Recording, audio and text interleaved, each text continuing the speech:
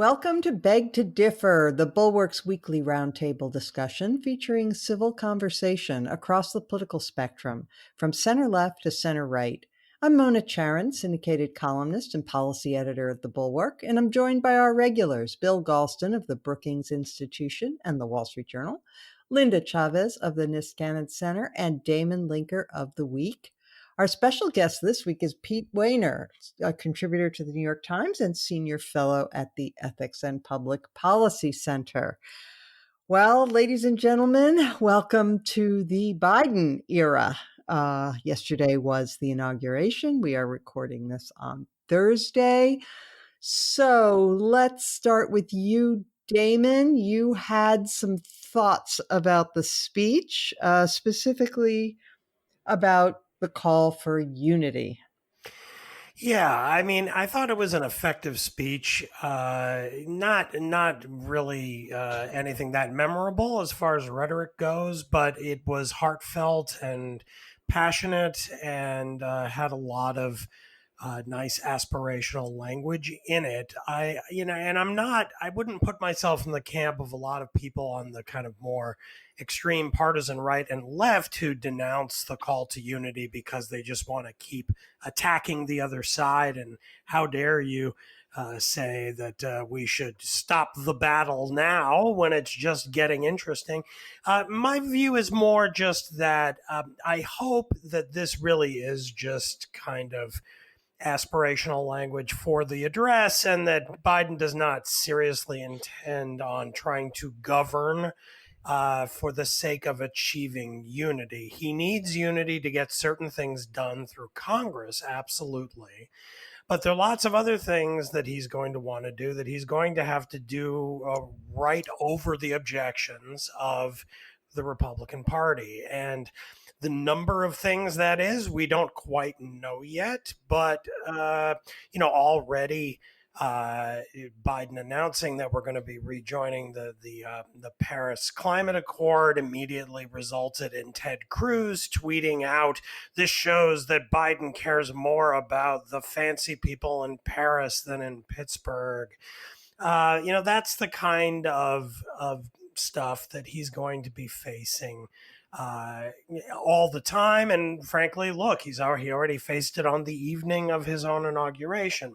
So again, if it was just language, if it was a kind of aspirational statement that we should strive to be one country, no longer engaged in what he called an uncivil war, then yes, by all means, bravo. But as soon as governing begins, that becomes something that needs to really be set aside in favor of deal making and then plowing ahead if the deals cannot be made. So, and I do my more general sense of these things, my take on the role of political rhetoric in policymaking and governing is that the rhetoric should always be keyed toward the kind of the realistic assessment of the political situation, so as not to raise unrealistic hopes that then get dashed, which leads to kind of a new round of different problems.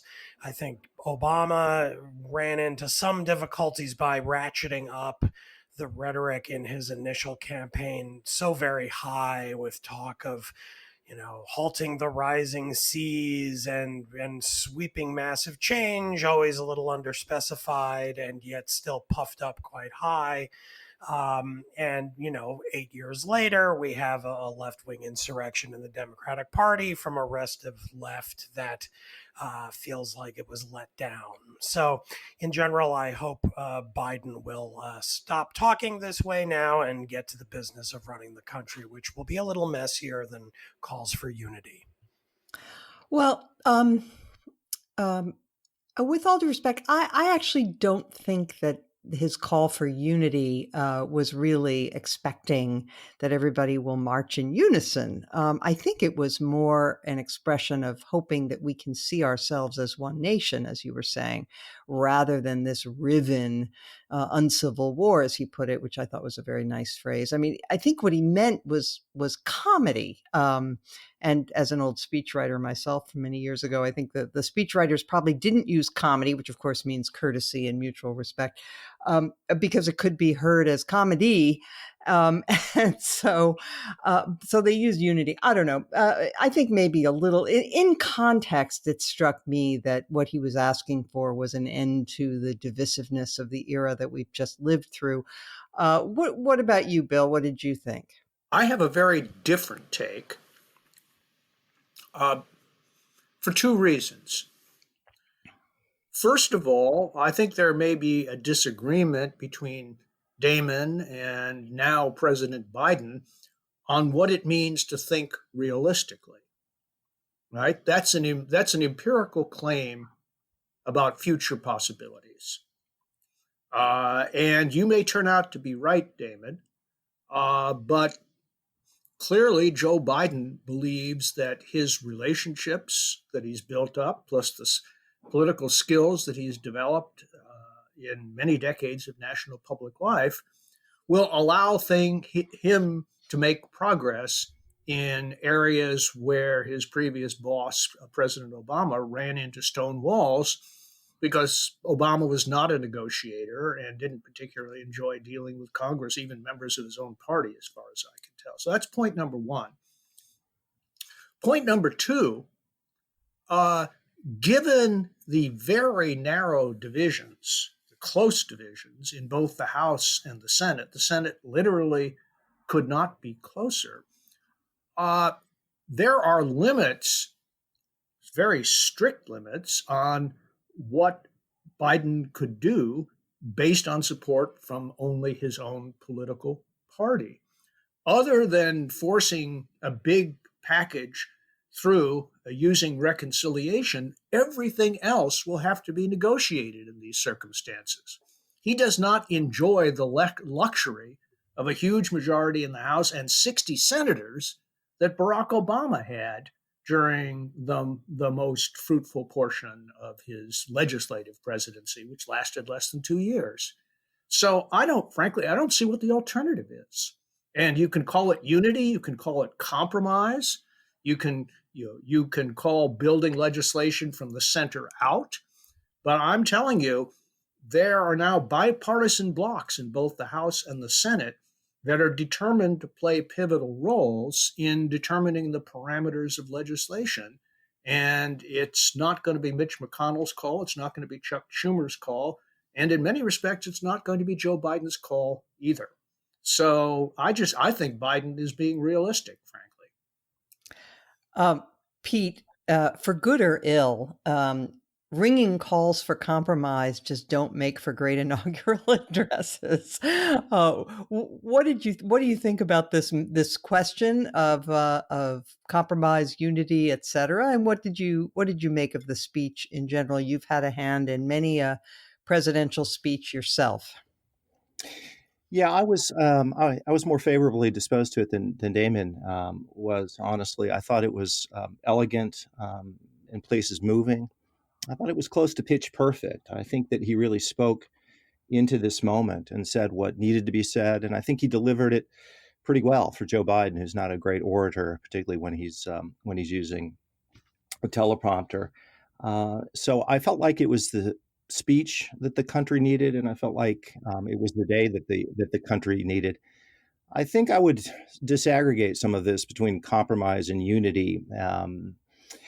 And let me begin by saying that we are now a nation that is almost literally, in some cases, at each other's throats. The division, the hatred, the antipathy is as great as we've seen probably since the Civil War or the late 1960s. We're not in a good place. Those divisions were caused not really so much by how Donald Trump governed. His governing agenda didn't divide us so much as his words divided us, his symbolism, how he acted, how he conducted himself. And we've seen that matters. Words matter, maybe more than people realize. There is an amorphous realm to democracy, which is how does a continental country like ours in particular, with all of its diversity, actually find unity, and that's it's not easy to achieve. Um, and I think what Biden needs to do is conduct himself in the realm beyond legislation with certain grace notes, to show a certain generosity of spirit, to give a kind of benefit of the doubt to other people, to turn, as he said, the temperature down rather than up, to show a certain degree of humility. I think it's true to him, and a degree of empathy, which I think is one of the great gifts that he brings to this office. And it's an empathy born of tremendous grief and tremendous suffering, and a kind of faith that was refined through all of those things. That stuff matters, and so does governing. And obviously, the issues that he faces, the pandemic, the economic crisis, all the rest. Presidents are judged by those things, but they're judged on more than that. And I would say that Biden is approaching things the right way, and I was encouraged by what he said. Linda, one person who seems to agree that Biden is the man for the moment is someone perhaps you wouldn't expect, but it's George W. Bush, who apparently took Jim Clyburn aside on the inaugural platform and said to him, "You're a savior," because of Clyburn's role in getting Biden the nomination. He said nobody else could have beaten Trump.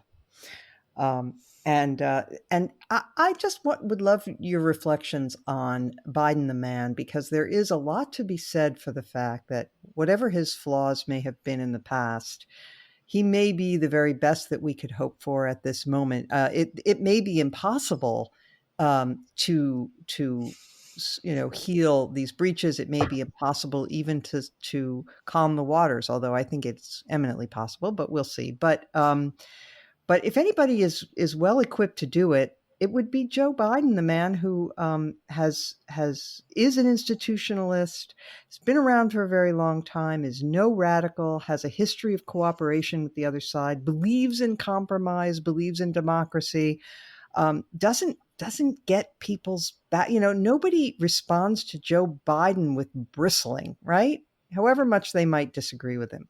What do you think? Absolutely. Absolutely. Yeah, okay. And I have to say, I'm with Pete on this. I thought that speech was near pitch perfect. I spent my day glued to the television set yesterday. I watched, from the inauguration all through the evening's festivities. And my sense is that Joe Biden, the man, is exactly the person that we need today. An old friend of mine once said that your personality, who you are, is pretty much determined by the time you're 18 years old. You don't really fundamentally change after that. You may change ideas, you may change style, but who you are becomes fixed at a fairly early point in your life. And my sense of Joe Biden is that he is a healer, and he is somebody who has a very centrist personality. And it is so refreshing after the last really 5 years of Donald Trump to see someone who is humble, in which, the inauguration and the day was not all about Joe Biden. He was there to be our president, to be the leader, moving us forward, and to unite us. What was interesting to me during the day was that, I'm a bit of a masochist, and so I flipped channels, and I not only watched, the regular cable channels, CNN, MSNBC, some of the networks. I also switched over to Fox News, and I even switched over to OAN. Which, of course, is now the real Trumpist channel. Fox is too moderate for the hardcore Trumpists. What was surprising to me listening to the OAN and Fox, certainly in the evening, was to see the way they took Joe Biden's words, and it was as if they were, part of the bureau within Orwell's 1984 that redrafted the language. It was all newspeak. When he talked about unity, they heard division. Mm-hmm. And that is very disheartening to me. But I think one of the things that's going to be good about focusing on this unity, contrary to Damon's fear that it may not be achievable and it may, focus too much on compromise and things won't get done, is that at least for the American people to hear this and to hear it consistently and to see it acted out in the way in which Biden governs is going to be very important to trying to bring this country together. Because, the people who stormed the Capitol on January 6th do not represent all of Trump's voters, or even, I think it hopefully is a rather small portion of Trump's voters.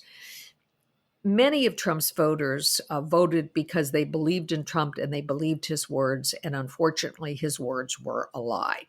But I believe that over the course of the next 6 months in particular, seeing Joe Biden in that office is going to have some change. And one of the most refreshing things I saw all day was when Biden was swearing in his 1,000 new appointees. First of all, the fact that he was competent enough to have 1,000 people ready to go and put into place, which the Trump administration could never quite master, how to actually govern. But the second thing was when he said, if I ever hear any of you berate someone else, and particularly a subordinate, I'll fire you on the spot.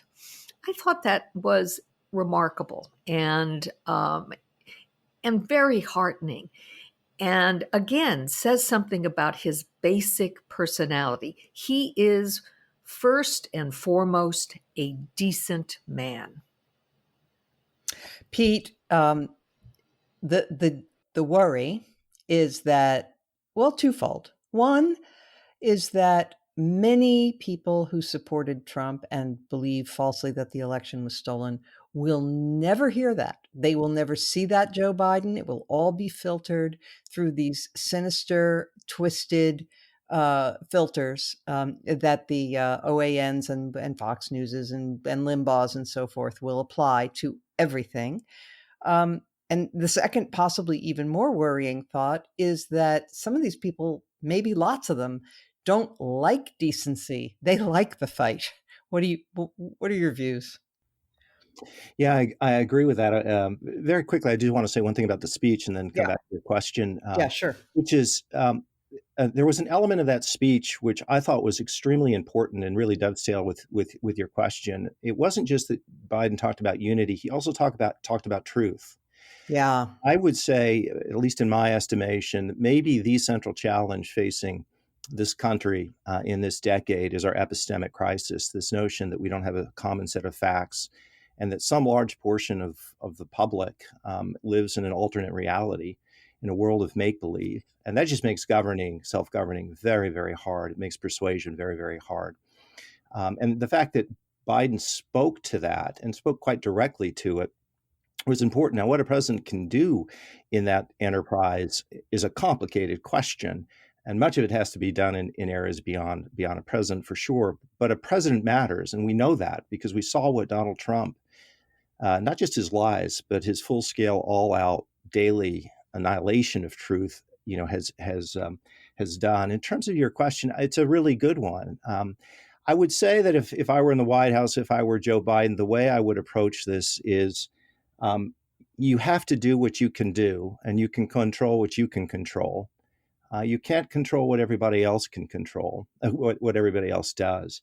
And I think that the way to view this, I would say probably empirically, is what number of people can Joe Biden and Democrats and responsible Republicans, quite honestly, pry apart and pry away from the radioactive core.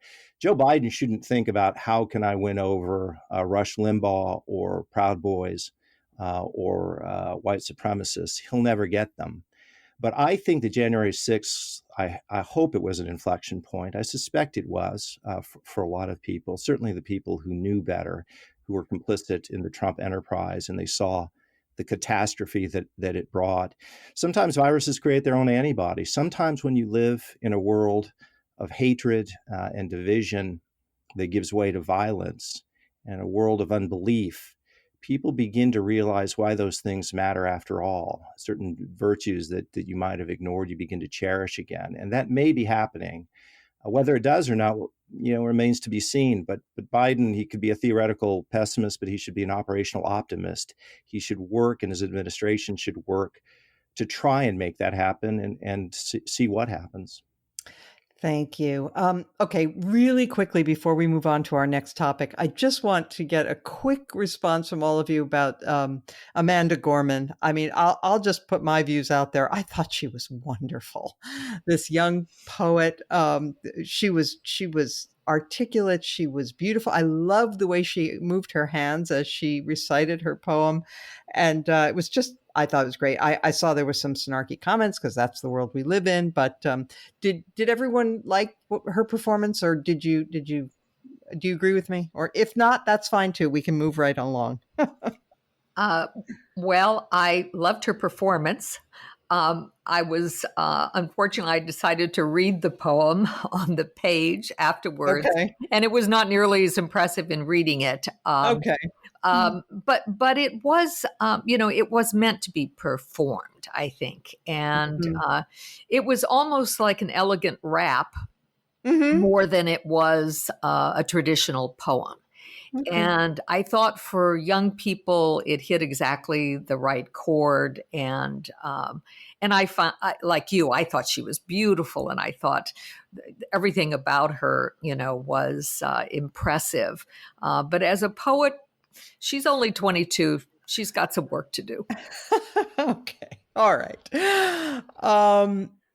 So looking ahead, we now are looking at impeachment 2.0. Nancy Pelosi has not yet sent the article of impeachment to the Senate, but she said today that she's going to do that soon and did not specify. The rules are that when it is transmitted, the Senate has to take it up immediately, though they don't have to give up other business. And Bill Galston, you can correct me if that's not correct. I think that's right, though, that they can do more than one thing at a time, including hear an impeachment trial. But what is your view, Bill, about the likelihood of conviction? I think that the odds of conviction rest almost entirely on one man, and his name is Mitch McConnell. If McConnell makes the strategic decision that the long-term well-being, maybe of the country, but certainly of the Republican Party, depends on purging the party of Trump the man and some of the more extreme followers that Trump the president generated, and really sets his mind to persuading undecided senators that this is the best course for the country and the party, and it needn't cost them their seats. If he makes that decision, I think there's a fighting chance of getting to 67. If he doesn't, there isn't. He has already given permission to Republican senators to vote for conviction. But permission at this point has to give way to outright persuasion if there's any serious chance of getting to 2/3 of the Senate. Now, an interesting wrinkle is that the actual language refers to 2/3 of the senators present. Mm-hmm. And so he could simplify the question considerably by asking lots of Republican senators just to stay away. Mm-hmm. And whether they would be accused of treason and primaried if they did is a separate question. But I do want to correct myself to some extent. If everybody's there, it's 67. But if lots of people aren't there, then the number of Republican senators who actually have to take a deep breath and vote for conviction goes way down. Damon, there are many unanswered questions. We've never impeached a president twice, and that's not in doubt that it's legal to do that, but it is in doubt as to whether you can impeach a president post his term. So that would remain to be sorted out in the courts, I guess. But the other question is whether these Republicans will evaluate their situation. I'm not going to be naive and say they're going to ask what's good for the country. I think we've seen too much to imagine that. But they may ask themselves what is good for the Republican Party and conclude that at the moment, they have the power to prevent him from forming a third party, from threatening to run again for the Republican nomination and darkening their doorsteps, forever. And you do sort of wonder whether it's going to cross their minds that this is their one and only shot to make sure that their families don't have to face death threats going into the indefinite future for not following the Orange God King. Well, I'm not sure how I see taking him on and taking him down in this way as lessening the likelihood that they face death threats in the future. I think it's probably far. Well, because if he stays a force in Republican politics, for the rest of his life, then they will continually be forced to grapple with his followers who will demand utter loyalty. Yeah, I guess, but I suppose, I mean, we really don't know a lot of things right now. I mean, Trump was so quiet the last 10 days. There was something weirdly eerie about it, but also wonderful. Like he simply got shut up by the fact that he was deplatformed from Twitter and Facebook, and he didn't opt to make many public statements really toward the end. So we got a taste of what the world could be like without Trump in it before he actually fully and officially vacated. So part of me wonders, like, will he just sort of slink away and disappear? But, realistically speaking, that is probably not what's going to happen. He'll come roaring back at a certain point. And the question is, even if he were convicted and they passed something saying that he could not serve as president again, what would his role be? Would he simply disappear? Would his influence over his followers wane and disappear because the path to the presidency is now closed to him? Or could he be a kind of Rush Limbaugh times 10 if he chose the right platform to do it? Now, Rush Limbaugh's never held elective office, and yet he's had an enormous influence on the shape of Republican politics. So I wouldn't necessarily feel less threatened if I were in the Senate facing this vote. If I'm really worried about death threats, and frankly, if you've seen that video from a few days, I think it was the Friday right after the insurrection, when Lindsey Graham was walking through an airport, I think it was the Washington airport, and there a group of about a dozen people screaming at him, and especially this one woman just saying, "You piece of garbage," just shrieking at the top of her lungs like a mad person at him as he walks through. Doesn't, he's a professional, so his face doesn't break. He stays cool and calm. He has some security with him, but these sound like maniacs. Now, if that's, Trump being forbidden from running for president again doesn't mean that he can't whip those kinds of people into a froth till the end of time if he maintains that ability to touch something inside of them and express their anger and channel it. So I think it's a very tough call. I think there are clearly some senators like Senator Sass and Romney who seem eager to do this.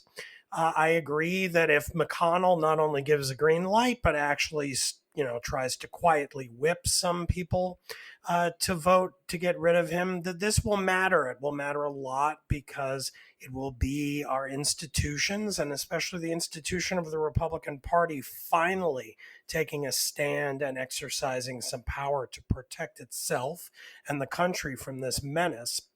But it's quite late in the day. And what the actual effect on the party ends up being and on our politics with Trump formally excluded, I really wouldn't want to predict. I think this is all kind of new territory for all of us. Linda. Well, I agree. We have no way of knowing whether or not we're going to be able to get to the point of making sure that Donald Trump never darkened the door of any public institution, any of our governmental institutions again. But the thought that he's going to somehow go out and become the next Rush Limbaugh, I think is not right. We've heard a lot of people talk about Trump's great energy and how he's indefatigable and he's just always out there. Well, the fact is he's not. He's actually a very lazy guy. Lazy intellectually. I mean, Rush Limbaugh, for whatever you think of him, and I don't think much of his politics, as you might imagine, but he did a lot of work. He got to know issues. He read a lot. He kept on top of things. And being on the air as somebody who once had a daily 2-hour radio show, I can tell you is absolutely exhausting. And I just don't see Trump having the discipline or the ability to entertain for that long. I mean, he went before crowds and he sort of fed off of the energy of the crowd, whipping up a crowd. But if you ever actually sat and listened to one of his speeches, they wandered. They weren't coherent. And even the audience that adored and loved him would, after he'd spoken for 50, 60, 70, 90 minutes, would often begin to drift away. So I don't see him becoming a huge force in the way that any of the talk show hosts and others have been, because he just doesn't have the discipline to do the work that would be able to keep that kind of audience on a daily basis, which I think is really what you would need, deprived of the office of the presidency and all its trappings to be able to engender the kind of adoration that he's had. I want to just add to that because I also think there's the element of, he was so worshipped by his followers. He was so worshipped by his followers, and they saw his elevation to the presidency as a kind of, as a kind of revelation, and everything rested upon him being in power. And it's one thing to become Rush Limbaugh when you were a sports guy and you managed to build up an audience and become influential by being a radio guy. It's another thing to come down to that from having been the leader of what we used to call the free world. I just cannot imagine that would be of interest to him. Frankly, anything that doesn't involve him, anything that doesn't involve the glorification of Trump, like trying to get conservatives elected to public office, that's not going to interest him at all. So I don't see anything that would appeal to him about a radio show or even about forming a party if he isn't the center of it. He's not going to form his so-called Patriot Party, which we're hearing about, unless he can be the nominee, I think. Pete, what do you say? Yeah, a couple of things. There's impeachment, but there's another I word, which is indictment. And I actually think that there's a fair chance that Donald Trump is indicted this year. We'll see. I tend to agree with Bill in terms of whether he gets convicted or not. I think McConnell is going to be key figure. I did note that yesterday, John Thune, who is the minority whip in the Senate and obviously close to McConnell, signaled that he opposed impeachment. And I assume that's not accidental. I would be surprised if they can get the necessary votes. I think certainly on the merits, he deserves to be indicted and certainly deserve to be impeached. In terms of the larger impact on the Republican Party, I really don't know. I think it's very much of an open question. My intuition at this point is that he is a shriveling figure and his influence is collapsing. It's fascinating if you follow what's going on in the QAnon world, where obviously Trump was viewed as a kind of cult leader. There was tremendous cognitive confusion They really believed that Joe Biden would be arrested and that Trump would come back. And so you read what's going on there. They don't really quite know what to make of this. Was this real or not? What happened to our savior? And I don't think Trump has the skills or the inclination or the ability to form a third party. And he's off of Twitter, which I wouldn't underestimate either. That was his main means of communication. Now he's going to try and make up for that, but I don't think it'll have the same power. And we see a lot of Republicans now that are going to want to turn this into a kind of, put Trump in the memory hole. Donald who?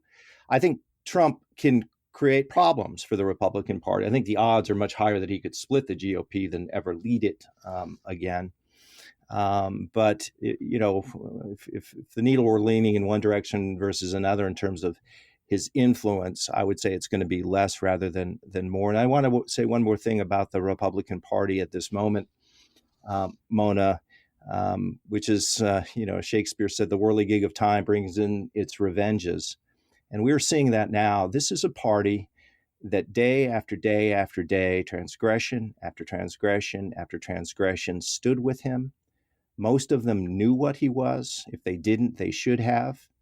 And they only broke with him after he lost an election, after Georgia was lost, and after the Capitol was under assault. And even then, a lot still stayed with him. And they created this monster. And the fact that their party may be in part devoured by it, there's a kind of rough justice in that. Now, I'm of the view that it's important that the Republican Party be a strong and sane and responsible party. So I want it to repair. I think it's important for the Republican Party. I think it's important for the country. But people shouldn't leave this moment too quickly. A lot happened that was very, very bad for the country and the party. And I think it's important that there be some degree of reflection on how we got to this awful moment. You can say that again. In support of Damon's thought, though, let me just mention that Lindsey Graham, the aforementioned, had this to say. By the way, he flipped back, right? So he said he was abandoning Trump on the day of the insurrection. He said, I'm done, tried to be helpful, but this is too far for me. I'm out. Of course, then he was assaulted at the airport by these screaming people, by the way, who got kicked off Delta for life.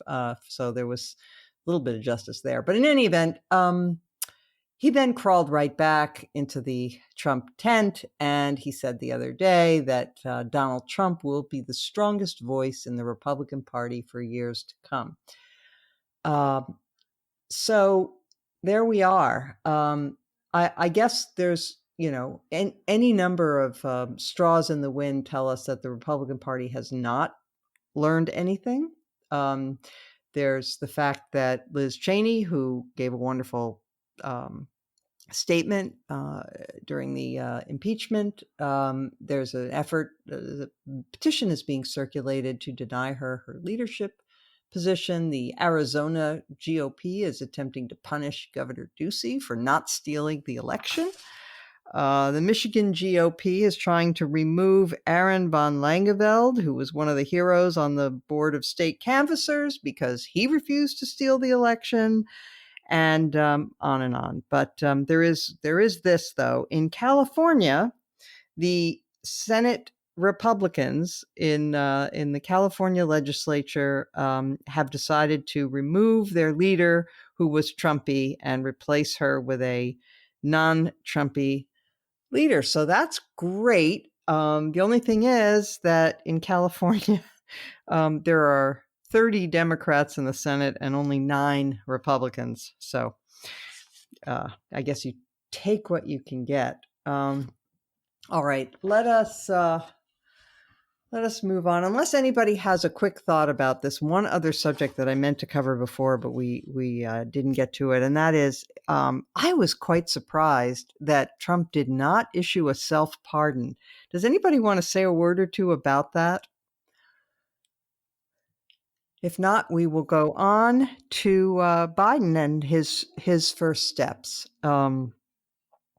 So he he has some important decisions to make about what to prioritize. And on his first day, he issued a number of executive orders, mainly reversing executive orders of his predecessor, like rejoining the World Health Organization, the Paris Climate Accord, temporarily banning oil and gas leasing in the Arctic National Wildlife Refuge, and so on.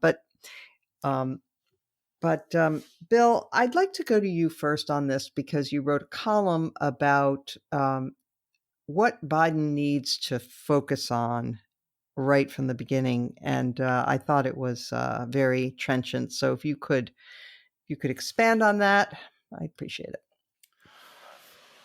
Well, my argument in brief in the column is that Biden will be judged on the basis of his management of the pandemic.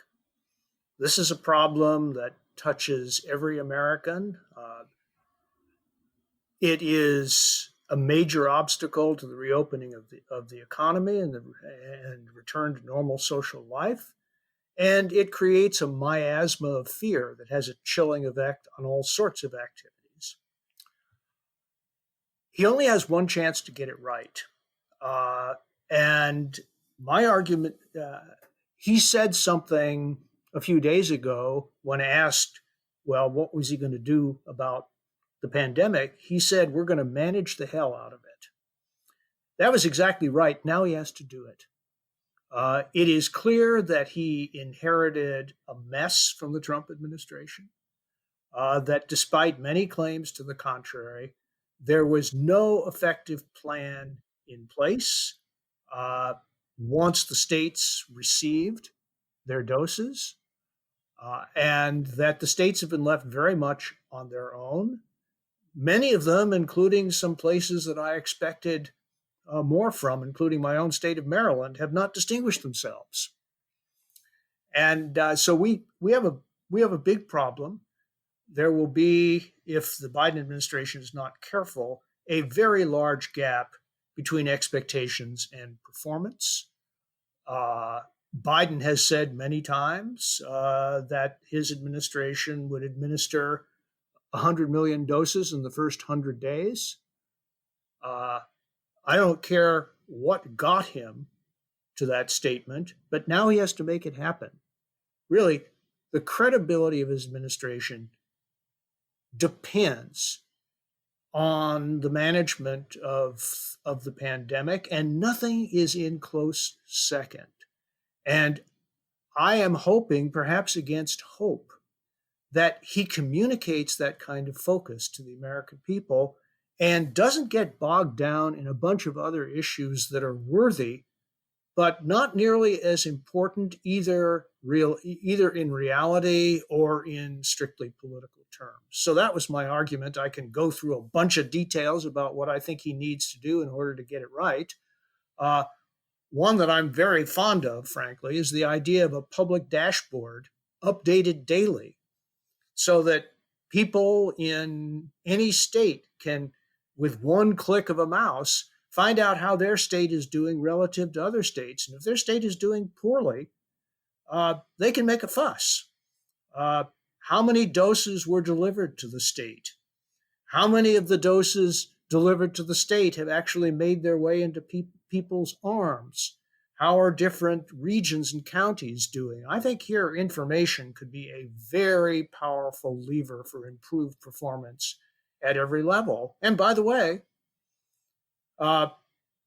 speaking of truth, if the federal government falls down on the job, I would expect the Biden administration to admit that and fix the problem before it becomes a problem for the country and for Joe Biden's presidency. Damon, I'm sympathetic to the argument that this should be, the first, second, third, fourth priority for the Biden administration. But then I also tend to have a very constrained view of what I want and hope for from government and what I think government can achieve. So those things mesh nicely for me. But frankly, when you look at how the public reacts to a presidency. If things are going okay in the economy and there's no, losing war being fought, people are pretty satisfied and tend to reelect incumbents. I mean, presidents come in thinking they have to do a million things, and they actually just have to get a few basics right, and they'll probably be perceived as successful. What do you think? Well, sure. I mean, Biden is coming in, I think, really there are several crises going on, but the two main ones, the first is obviously, yes, the virus. I agree with everything Bill said. I would only add to what he indicated, which I bet he talks about this perhaps in that column, which I have not read. But the other component of it is a kind of public persuasion outreach effort to try to build trust in the safety of the vaccine, because there are plenty of people who are dying to get the vaccine and can't get it yet, but there are also tens of millions of Americans who really don't want to try it because they don't believe that it will either protect them, or they believe the side effects are going to be terrible. It's going to make them sick. The kind of anti-vaxxer tendency, this tends to be higher among Republicans, and especially the Trumpiest Republicans. I think that a lot of the problems we talked about in the first half of the podcast today about Trump and the country and trust and unity and the epistemic crisis in the country can be partly addressed by a really effective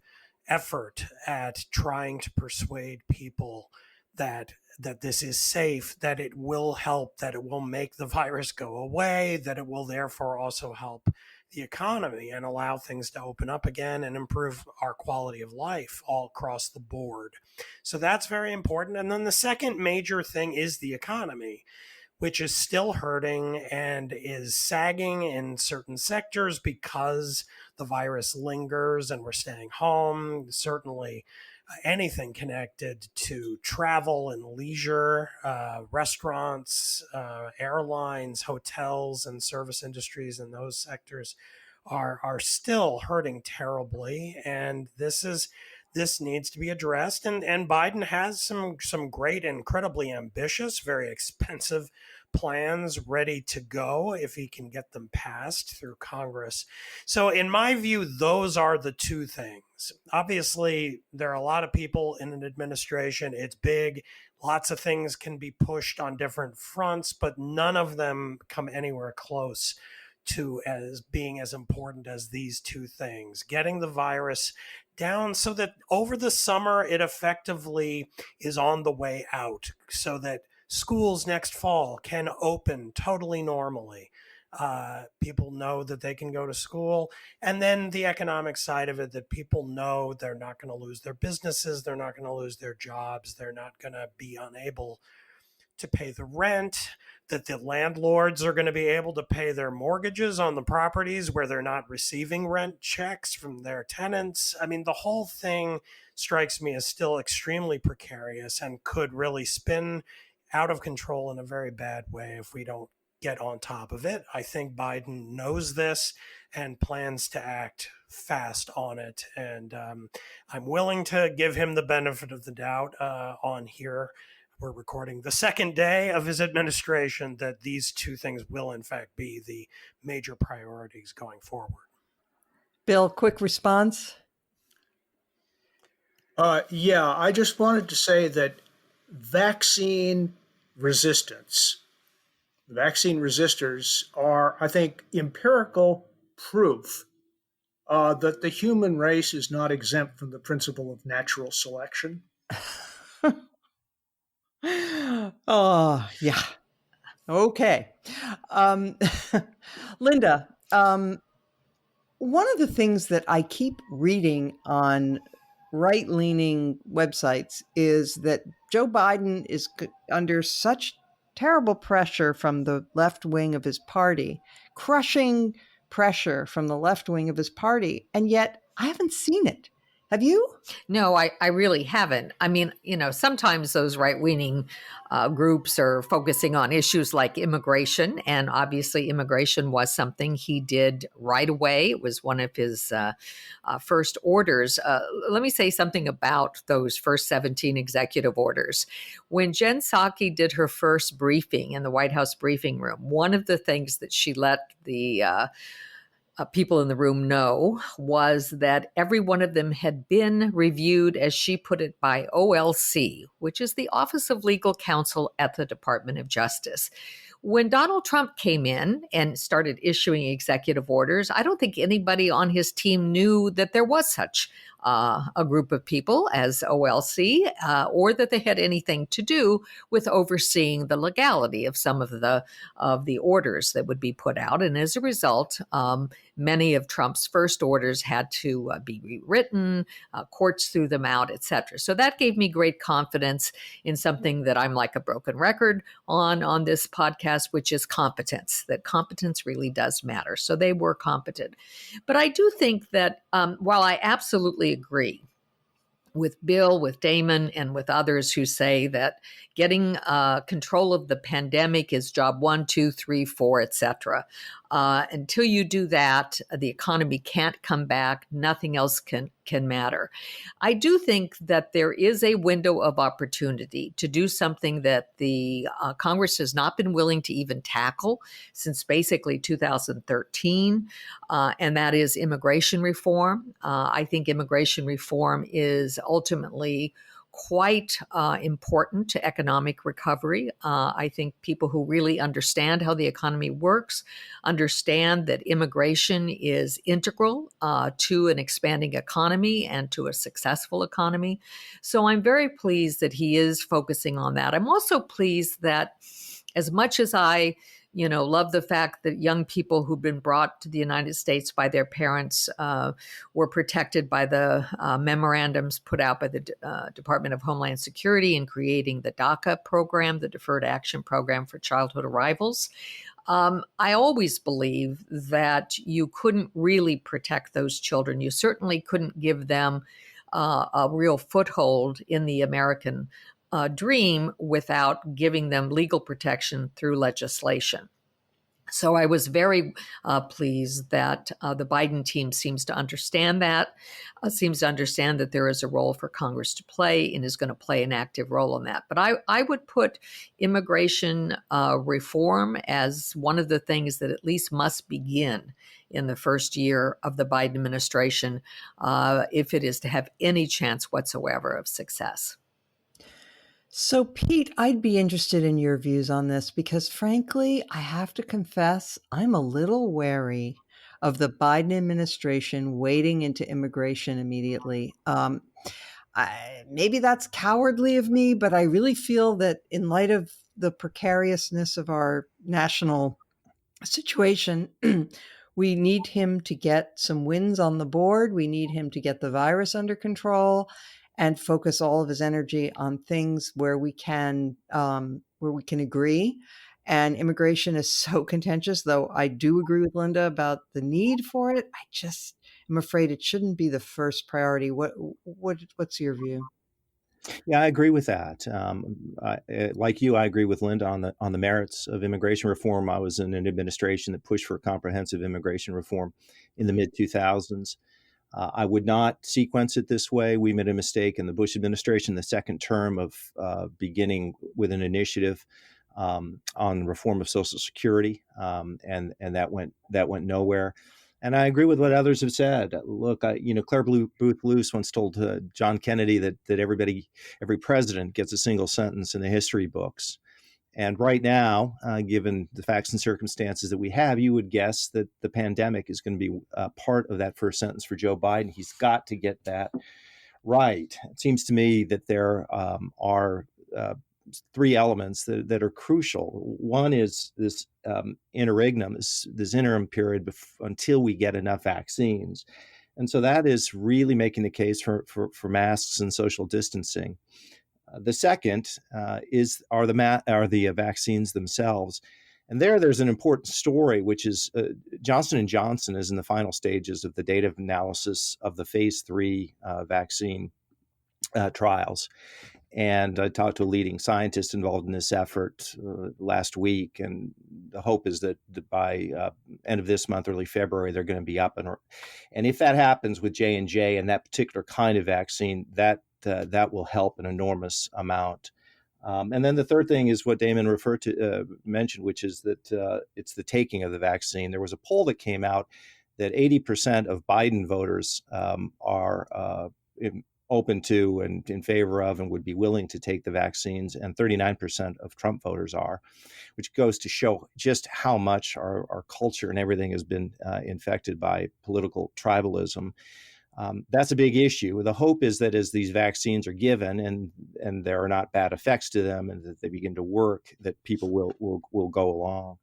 But I think the vaccine is primus inter pares, and I think Biden knows it, and his team knows it. It doesn't mean that governing in other areas can't go forward. I do think on immigration, and I would defer to Bill and Linda on this, that maybe what you do is you do it in incremental reform. I think the idea of comprehensive immigration reform is problematic, but Bill knows this better than I because I've learned it from him. If you go down the particulars of immigration reform, there's actually a fair amount of bipartisan consensus on it. So I think if you can show people that what Biden would be advancing on immigration reform, but the Republicans and Democrats, things they agree with, there's some chance of success. But I do think incremental as opposed to comprehensive is probably the way to go. Bill, did you want to make another comment on that? I know for a fact that very senior Republicans in the Senate support a clean DACA bill. That'll be a great place to start to get some momentum up. And I suspect that there's some other pieces of the comprehensive bill that could be moved forward pretty cleanly and pretty quickly. But I can use just a piece of history to explain why I'm in favor of why I'm opposed to leading off with comprehensive immigration reform. Remember cap and trade in 2010? It consumed the Senate for most of 2010. The Obama administration ended up empty-handed. It paid an enormous opportunity cost for putting something on the table as a top priority and consuming the Senate's time for nearly a full year and ending up empty-handed. It's that opportunity cost that concerns me most. Yeah, and there's also a momentum argument as well, because success breeds success, and failure gives the new administration, if there's an initial failure of any kind, it sort of taints the administration, makes them look weak, and diminishes their influence thereafter. That happened very notably to Jimmy Carter. Of course, most of our listeners are too young to remember Jimmy Carter. I'm almost too young to remember Jimmy Carter, but I did a lot of reading. All right. Let us move now to our final thoughts, our something that we would like to highlight. Linda, let's start with you. Okay, and could I just add very quickly? I was not suggesting in my remarks that we have to have a comprehensive reform bill, and in fact, I don't think that is the way that the Biden team is going to go. So you're for the piecemeal approach. Yeah, I think the piecemeal approach works, but I want DACA up there, and also probably trying to figure out how you're going to deal with 11 million people who are here, and basically, you can't necessarily, figure out how you're going to be able to deal with them, and I think that's important. And that leads me to the question of what to do about some of the people who got stunned by the cruelty of the Trump administration. There was an article in the Washington Post this week about a young man, a 40-year-old man named Paul Pierre Elis. I think that's the way you that's the way you pronounce his name. He was born on an island that is still controlled by France to parents who were themselves Haitian. And apparently, literally, at midnight, the night before Trump went off into the sunset, he was ready to be loaded onto a plane and be sent back to Haiti, a country he had never stepped foot in, and a country that rejected him because Haiti does not have birthright citizenship, nor does France. And so he was basically stateless. And this young man was saved by the bell. He was saved by a new congressman from New York who was willing to step in and basically stop his removal. And I think the pause that's been put now on removing people, as the Trump people were doing in the last minutes. I mean, they seem to be on a frenzy of executing people on death row and putting people in airplanes and sending them off to countries, some of which none of them had ever stepped foot in before. So I just point that out and say that's one of the good things that's happened since noon yesterday. Wow, amazing story.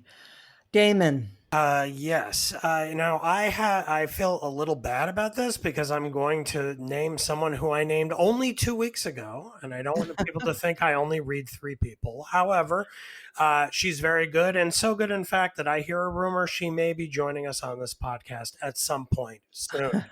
Yes. This is Ann Applebaum had a piece in The Atlantic this week titled "Coexistence." I had a feeling you were going to recommend this. Option. Yes. Yeah, I really loved this piece. Coexistence is the only option, subtitled "Millions of Americans Sympathize with the Capitol Insurrection. Everyone else must figure out how to live alongside them." And talk about a hard truth. I've made this case in columns a lot over the years. I haven't that much in the last year because I haven't been able to summon the fortitude to say it because I've been so angry so much of the time at the behavior of a lot of our fellow citizens and rallying around our former president. But the reality is, unless we're going to descend into a civil war, we have to learn how to live with each other.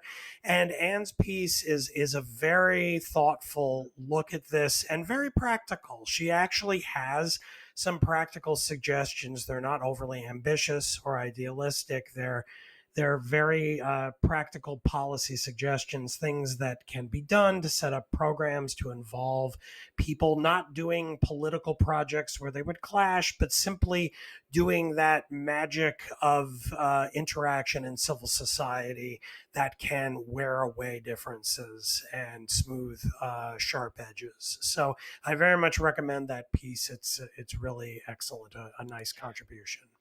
It was in The Atlantic, and true story, I read it and said to myself, this is something I should really recommend at the end of Beg to Differ. And then I thought, no, I bet Damon's going to recommend it. Great minds thinking.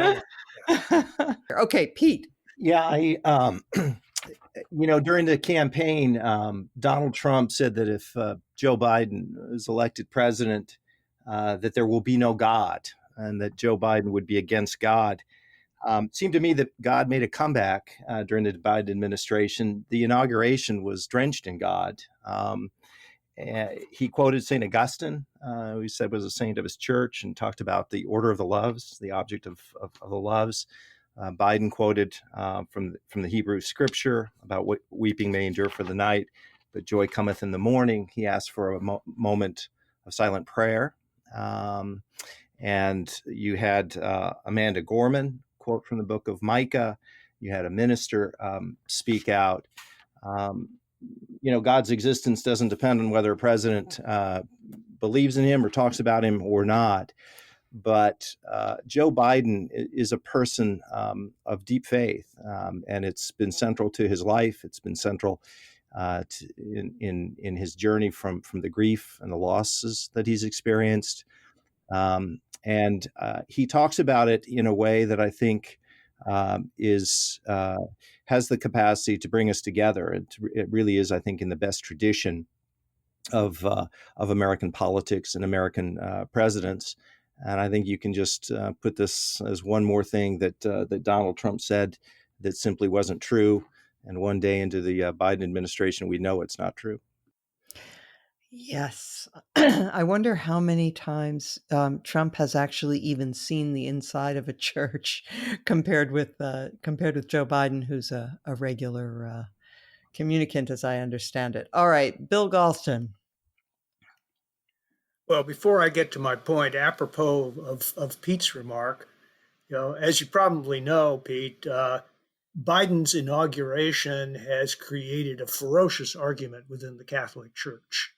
Uh, Biden is a Pope Francis Catholic, and many American Catholics are not. This is going to be interesting. But I agree with you on what you said about Biden's faith and the influence it's had on his politics. Now, to my point, there has been a long running debate as to the extent of Donald Trump's real hardcore support. You can call them Fifth Avenue Trumpists. And in the days before the presidential election, Trump's approval rating stood at 46%, according to Gallup. New numbers came out earlier this week. That 46 is now down to 34%. In other words, in the past 2 months, Donald Trump has lost 1/4 of his previous support. And that erosion did not come from Democrats because he had no support among Democrats. And there hasn't been a huge erosion among independents either, although it's been significant, but independents always were at a lower base. A substantial part of that erosion has come from Republicans. And will he simply slink away and fade into insignificance? If that 34 goes down to 24, he will be living in the land of insignificance for a very long time. So the next few months will really be critical in determining how much of a continuing force in the country and within the Republican Party Donald Trump is likely to be. All right. I would like to highlight the role of Dominion Voting Systems. They are the company that manufactures voting machines and that has filed a series of lawsuits and also sent warning letters to some 20 people, defamation suits possibly to come. One of them was a $1.3 billion suit against Sidney Powell, the erstwhile lawyer for the Trump team. She's no longer a lawyer with the Trump team, but she's in the orbit. Who has been circulating these crazy suggestions that the machines were created by Hugo Chavez in Venezuela to rig elections, that they changed Trump votes to Biden votes through a special algorithm, and on and on and on, all of which are groundless. Now, some of the people involved, like the American Thinker web blog or whatever it is, have issued really groveling apologies. Groveling, just saying this was completely wrong. It had no basis in fact. We humbly apologize for having published this garbage. And even Fox News has issued some on-air apologies. And we will see. The Dominion may yet sue Donald Trump himself for defamation, which would be interesting. But my point is a little bit larger, which is that when you are a private company that has been defamed and harmed, this business, after all, is getting states and localities to buy its voting machines, and that has obviously been damaged, you can get relief from the courts. But the lies that the entire Republican Party told about a stolen election, that leading members of Congress, including Kevin McCarthy until very late in the game, contributed to, that 17 state attorneys general contributed to by joining on to this spurious lawsuit, immediately thrown out by the Supreme Court, about the votes in 4 key swing states, that 139 House members and 8 senators supported by voting to decertify the Electoral College. They have done unbelievable damage to our civic culture and to our democracy, to our national health. And until and unless some significant portion of them, and I also include, the Fox Newses and Rush Limbaugh's and all of those people, Sean Hannity, the whole crew, unless they apologize and acknowledge that they misled people in this terrible, destructive way, this lie will live on and it will continue to be like termites in the foundation of this country. Because when people think their democracy has been stolen, the violence becomes thinkable, as we saw. And reversing this lie is a huge task. And I don't say that I expect to hear apologies, but I think demands that we see apologies are necessary. That is it for us this week. Thank you all for listening. Please rate and review us, leave us feedback, and we will be back next week as every week.